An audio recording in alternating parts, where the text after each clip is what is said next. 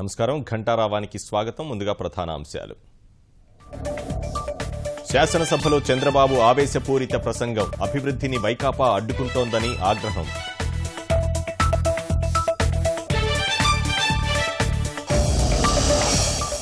నిరుద్యోగ భృతి ఇచ్చి యువత సేవలు వాడుకుంటాం. పకడ్బందీ ప్రణాళిక ఆలోచిస్తున్నట్లు సీఎం వెల్లడి.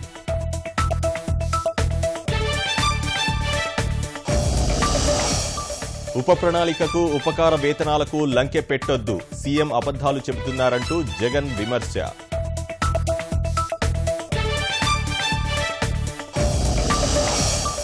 ప్రత్యేక ప్యాకేజీకి ఆమోదంపై రాష్ట్ర ఎంపీల కృతజ్ఞతలు. ఆర్థిక లోటు, రైల్వే జోన్ గురించి ఆలోచించాలని కేంద్రానికి విజ్ఞప్తి.